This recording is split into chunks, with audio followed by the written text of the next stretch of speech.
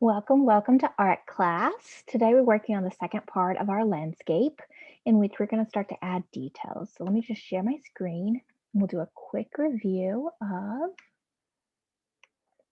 atmospheric perspective. So the farther an object, the lighter it is, meaning that anything that's farther away, like these mountains, they're going to appear lighter.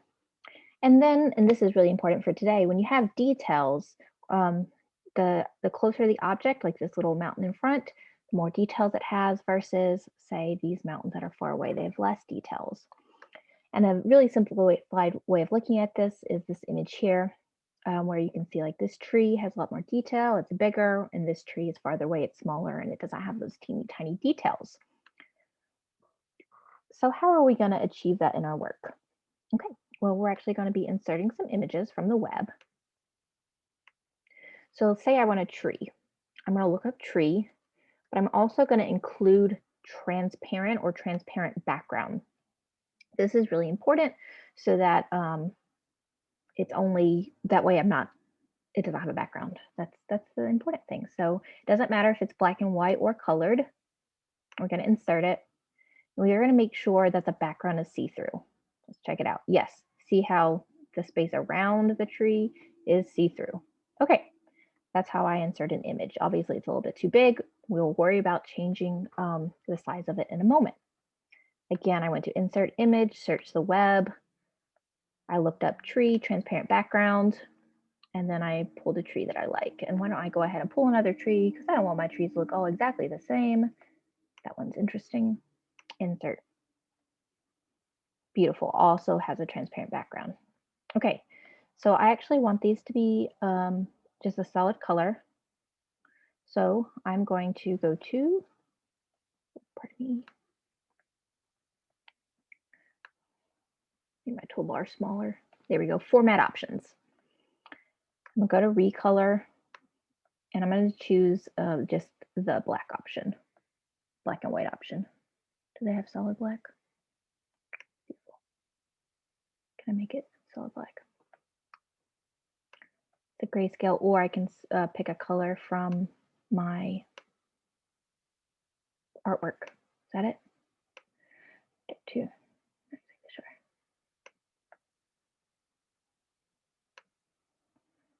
Let's go to black.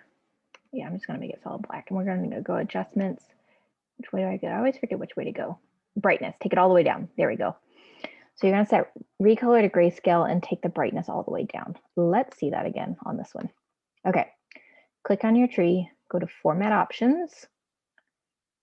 You have a bunch of options, size, position, but you want recolor, and you wanna go to black and white, which is like the third from the last option, and then take your brightness all the way down, which will make it solid black, and just exit out.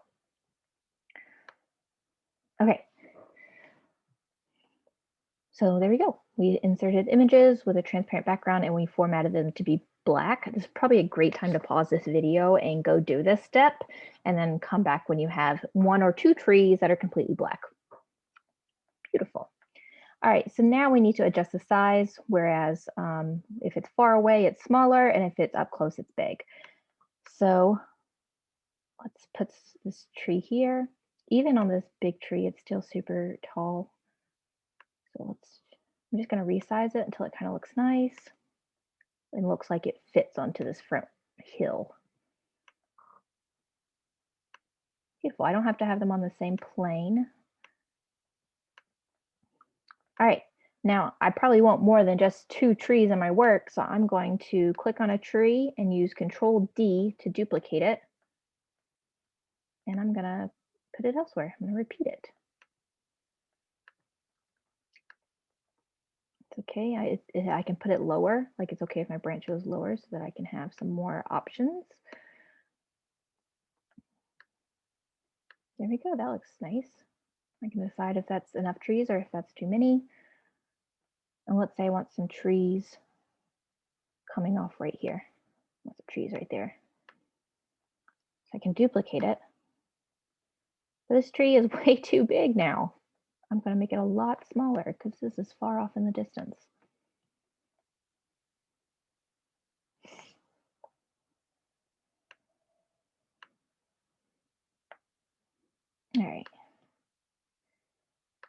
now I can make it the color of my work, kind of purpley.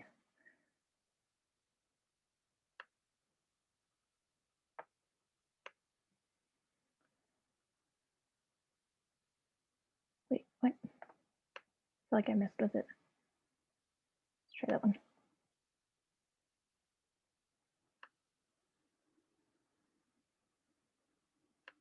What have I done?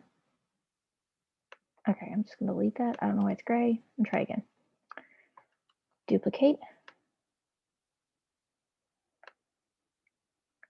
Make smaller.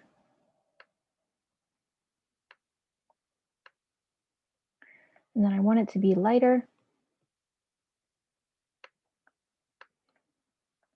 Maybe I'll just take that transparency up. There you go.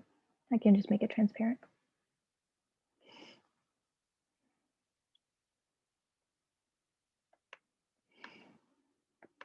I'll take that one that I did. Give it a little variety.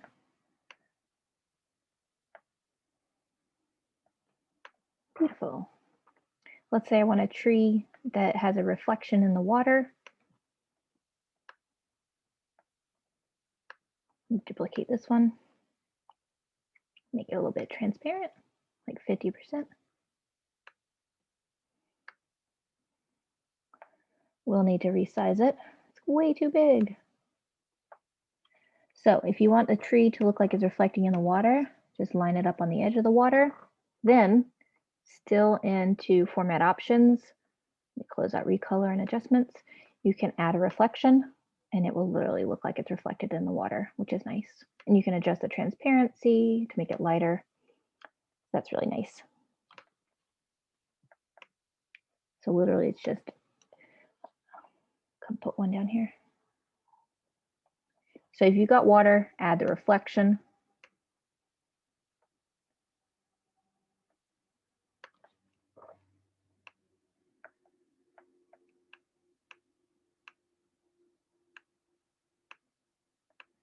And then my reflection is showing up on my hill. So I'm just going to lower this until it's behind the hill. So using my control down arrow.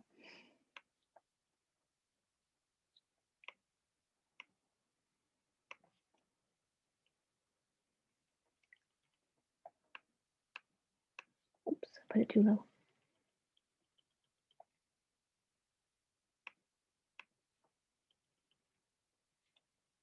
Got the wrong tree. There we go. Okay, there we go. So I want it on top of that layer. That's nice. Cool. Still feel like I know how to.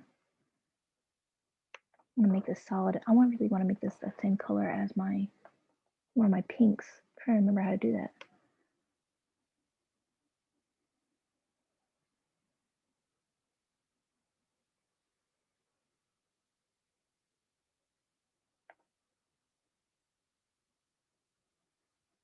Oh well.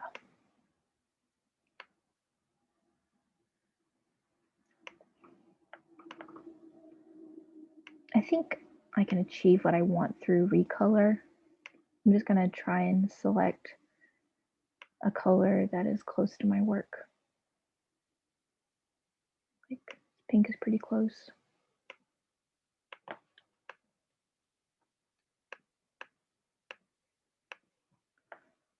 That's if I press no recolor.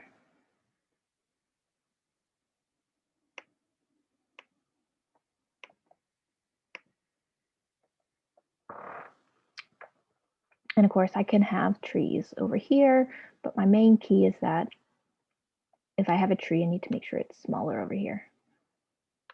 And you know, how small it is, it's up to you.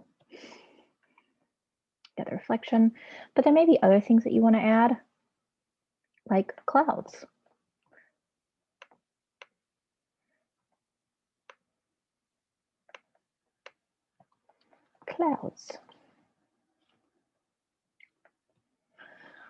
So this is definitely a situation in which I encourage you to either freehand them, use your imagination, or just look at your reference image and use your either your curve or your polyline tool to do them. If you do want to like insert this image and be able to trace it, that's fine. Just make sure you drag it off to the side. I don't actually want it this massive. Well, I guess maybe I do. Okay, so I'll move that off to the side and trace it over here. So I'm on curve, which looks like a backward S. And I highly recommend tracing around versus like directly on top of the clouds. Oops, I accidentally double clicked, so delete that, try again. And also notice I went a little bit off the side. Like,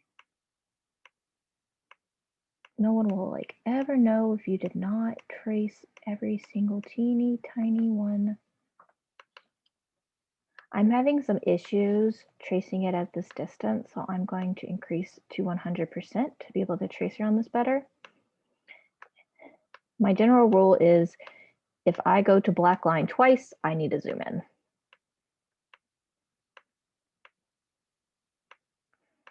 And just tracing around this. Obviously, I did choose to do the curve tool instead of the polyline, but either is fine. I just thought to myself, hey, I'm doing clouds, so I want it to be the curve tool. And then this particular cloud, I'm just going to close out this shape here.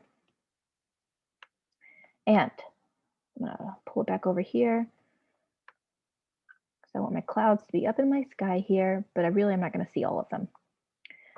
So what I need to do in that case is change the order of this. I don't want it in the background. I want it just to be behind my mountain. So I'm going to use Control and my down arrow, which we practiced before, to move this down and into the background. So now you can see my little cloud shapes up there. I'm going to get rid of my border and I'm going to choose white. But that white is really super duper white. So I'm also going to go to custom and I'm going to take the transparency down. Like my greatest trick ever for clouds is to make them transparent. If I just want to freehand some clouds, that's totally fine too. I just want to keep that same property of no border and use a see-through white.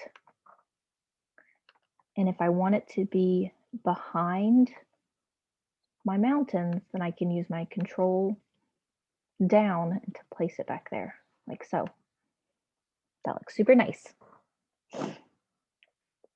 If I want a sun, I can just grab my shape tool and do a circle.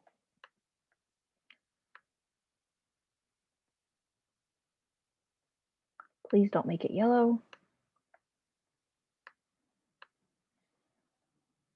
Do white. Like, let me just show you why. That looks super weird. Go with white or gray. And it gets kind of going down. Or this could be a moon, or you can add stars and things like that. All right, what else can we add? So like definitely like, I'm not gonna say what you have to add. I did trees because trees are pretty common in a landscape, but like, what if I want insert image, search the web? What if I want like a bear or a deer? I still want to use a transparent background. And I'm just looking for one that has some good details to it. Let's see what that one does. Uh-oh, don't use this image. It has a white background. It tricked us. Just delete it. Try again. So not that one.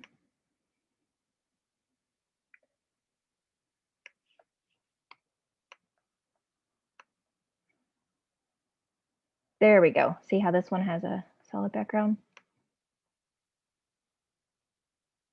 And I'm gonna put my little friend over here. Now notice I did make him quite small because obviously he should be a lot smaller than my trees. Format options, I'm going to that black and white recolor and taking my brightness all the way down, making him black. And then if I do want him to be transparent a little bit, just to to be a little see-through and pick up that color, it's totally fine. That's nice. If I place him right by the water, I can even give him his own little shadow. So I can go to format options. I can also give him a little reflection. That's what I meant, reflection.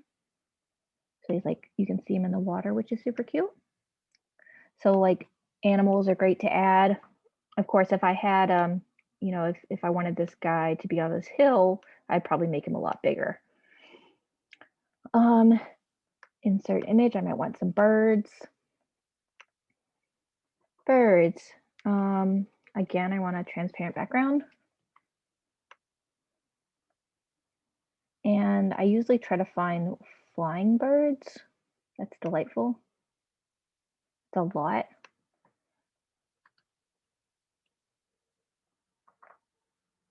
There we go. Birds flying was a really good one to find some images. So cool. So, I mean, pick one that's going to make sense for what you're doing. Delete this. And then, of course, like if the bigger they are, that makes them look like they're super up close, like maybe they're flying out of those trees. If I want them to appear super far away, then I can make them smaller. And this one is already black, so I don't have to like format it, but I could up the transparency to like 50% to make them look like they're far away. I'll leave that up to you.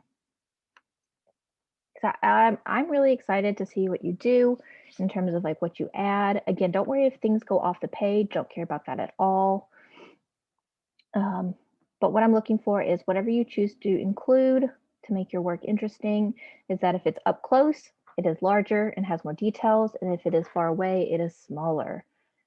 And that is what I'm looking for in terms of grading.